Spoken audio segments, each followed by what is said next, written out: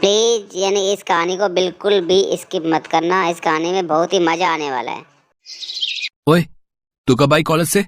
तब जब आप और माँ मुझे इस घर से भगाने की साजिश रच रहे थे। हैं? तू पागल है क्या? अरे हम तो तेरी शादी की बात कर रहे थे यार। हाँ तो शादी का मतलब तो यही हुआ ना कि अब मेरे लिए इस घर में कोई जगह नहीं है।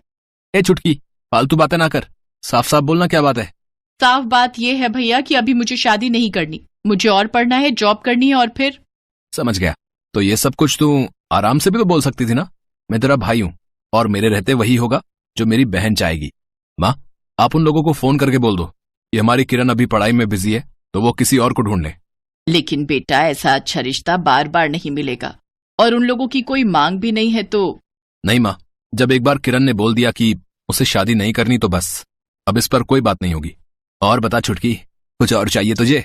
सूरज के सवाल के जवाब में किरण ने कुछ नहीं कहा। दरअसल पिता की मौत के बाद सूरज घर में अकेला कमाने वाला था।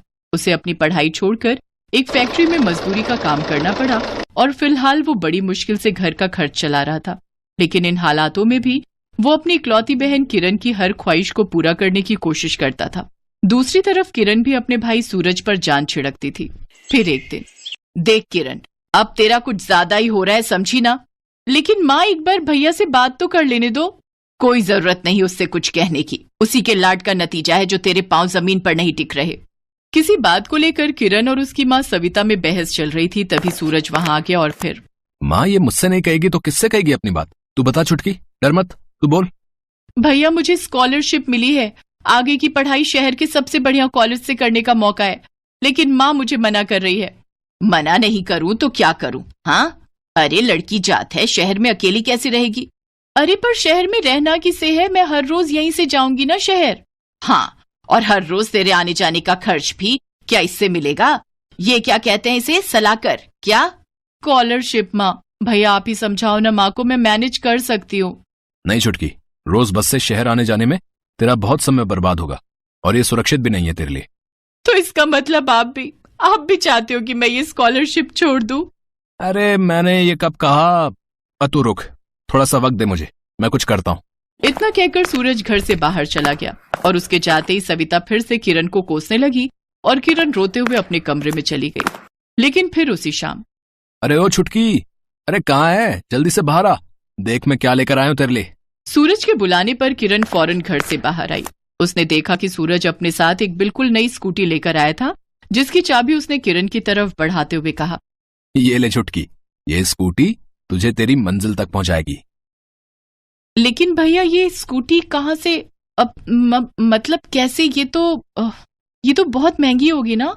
और आपको ये कैसे पता चला कि मैं ये वाली स्कूटी लेना चाहती थी और फिलहाल मैं इसी के बारे में सोच रही थी? अरे तेरा भाई हूं मैं, तू कुछ कहे या ना कहे, तेरा चेहरा पढ़ना आता है मुझे। चल अब जल्दी से मुझे इसे चला के दिखा। मुझे पता है कि तुझे स्कूटी चलानी आती है, अपनी सहेली से सीखी ना तूने। हाँ भैया, आ जाओ, आप मेरे पीछे बैठो, मैं आपको मस्त घुमा कर लाती हूँ। सूरज ने फिलहाल बात टाल दी थी, लेकिन उसकी माँ सविता जानती थी कि स्कूटी खरीदना वाकई कितना मुश्किल रहा होगा सूरज के लिए। दूसरी तरफ किरण अब बहुत खुश थी। जल्द ही उसका ड्राइविंग लाइसेंस बन गया और शहर के कॉलेज में उसका एडमिशन भी हो गया और अपनी स्कूटी से वो हर रोज बिना किसी परेशानी के कॉलेज जाने लगी। दूसरी तरफ सूरज भी जी तोड़ मेहनत कर रहा था। अब वो बहुत कम वक्त के लिए ही घर आ पाता था और इसी वजह से उसकी मुलाकात किरण से भी बहुत कम ही हो पाती थी। फिर एक दिन, माँ, आज तो भैया की छुट्टी होती थी ना? अब पता नहीं, बोल रहा था कि फिलहाल फैक्ट्री में काम ज्यादा है तो छुट्टी नहीं मिल पा रही। अरे ऐसे कैसे? आज मैं घर पर हूँ तो वो काम पर कैसे जा सकते हैं? मैं अभी उन्हें घर लेकर आती हूँ। इतना कहकर किरण ने अपनी स्कूटी उठाई और सीधा उस फैक्ट्री में जा पहुंची जहाँ सूरज काम करता था। लेकिन ये चौंकाने वाली बात थी कि सूरज तो वहाँ पर था ही नहीं। फिर फैक्ट्री के लोगों से किरण को जो सच्चाई पता चली, उसे सुनकर किरण सख्ते में आ गई। किरण ने फिर से स्कूटी उठाई और फैक्ट्री से कुछ दूर एक जगह पर जा पहुंची जहाँ एक बिल्डिंग बन रही थी और सूरज वहाँ भी मजदूरी कर रहा था। असल में किरण की स्कूटी की किश्तें चुकाने के लिए सूरज को फैक्ट्री के अलावा भी मजदूरी करनी पड़ रही थी और ये बात उसने अपने घर में किसी को नहीं बताई थी। लेकिन अब किरण सब कुछ जानती थी। उसकी हिम्मत ही नहीं हुई कि वो सूरज के सामने जाकर उससे कुछ कह सके।